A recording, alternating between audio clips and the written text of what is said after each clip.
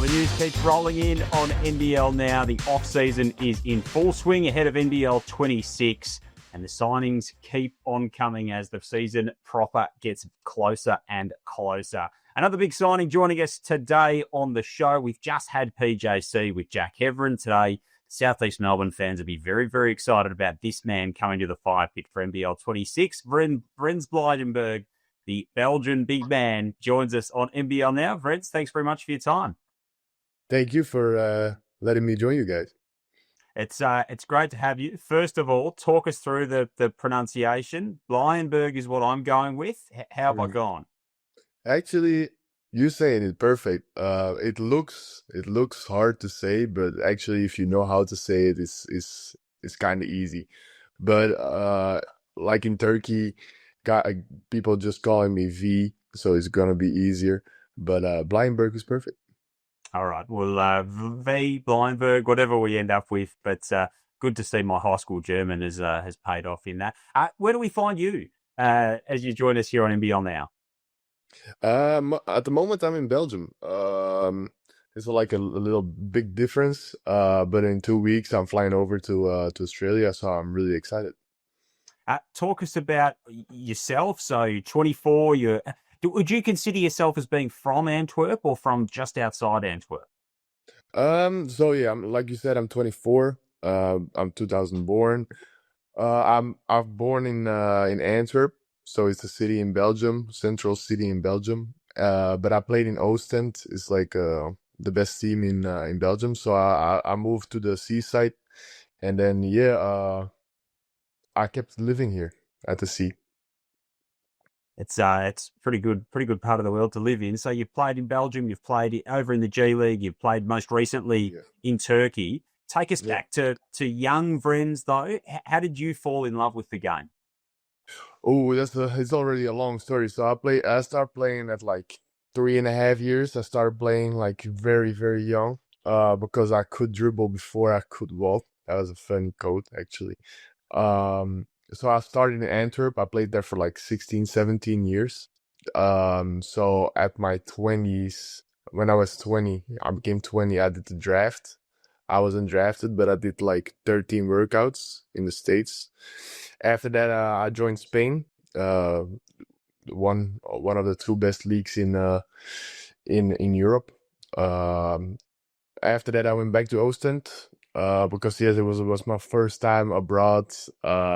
So I had a little bit like homesick, but then I had a great season in Ostend. Then I went 2 years to Turkey, where I had a great time. I got older, more experienced. I had great team, a lot of playing minutes. I played very well. We did nice things together in Turkey. And after 2 years in Turkey, I had a great summer. A lot of interest in Europe.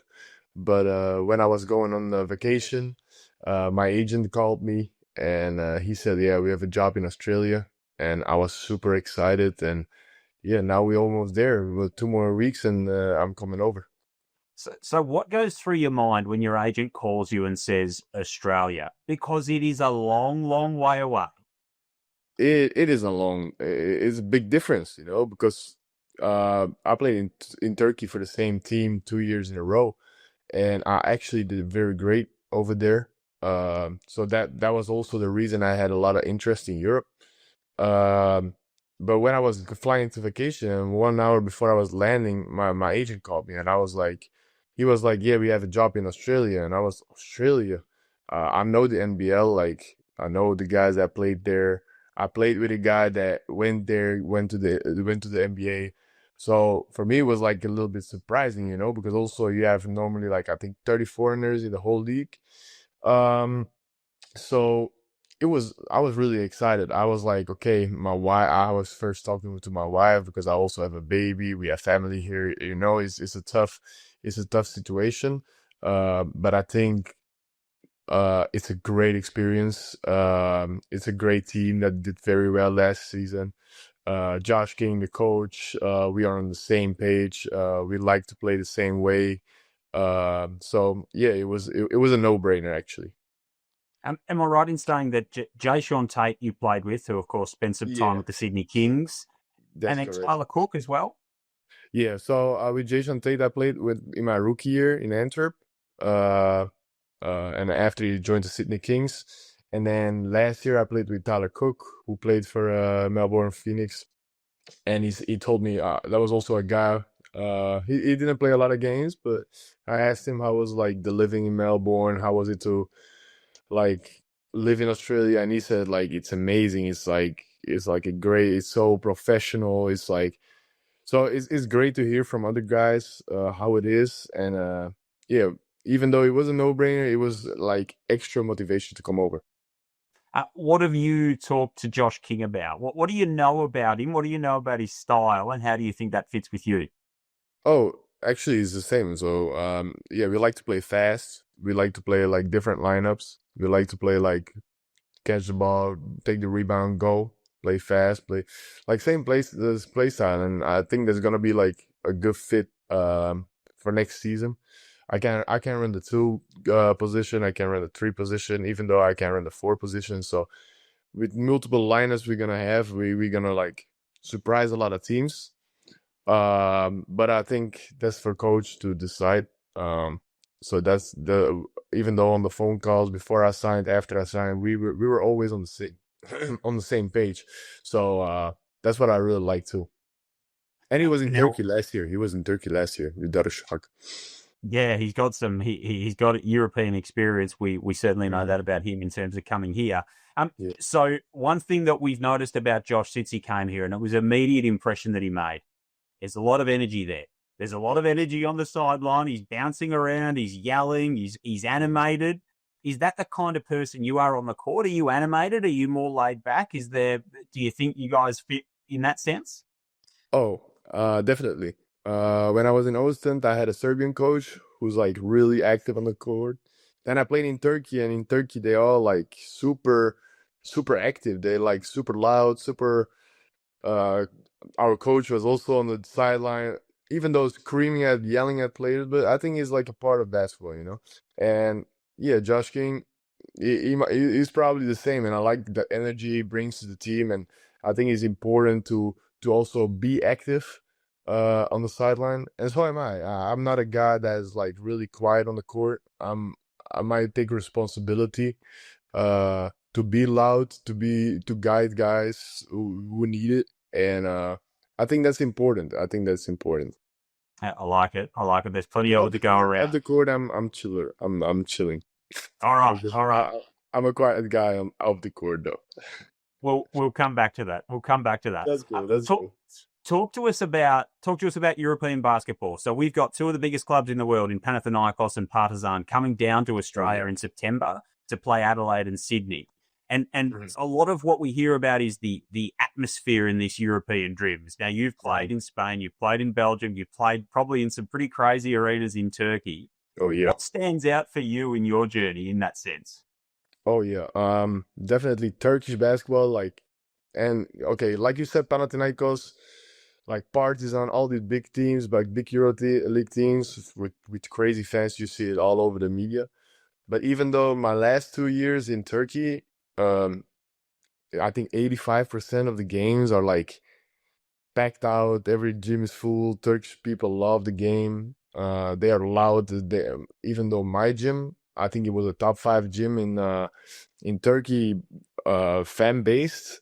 Like it was loud. Sometimes you couldn't hear your teammates talk, even though you was next to each other. So I'm used to packed gyms. I also saw like the gyms in Australia are really nice and a lot of fans. So yeah, I'm really excited.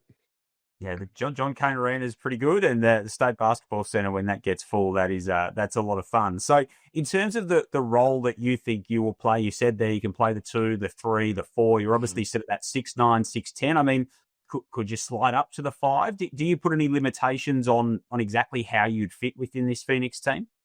I don't really mind what the coach.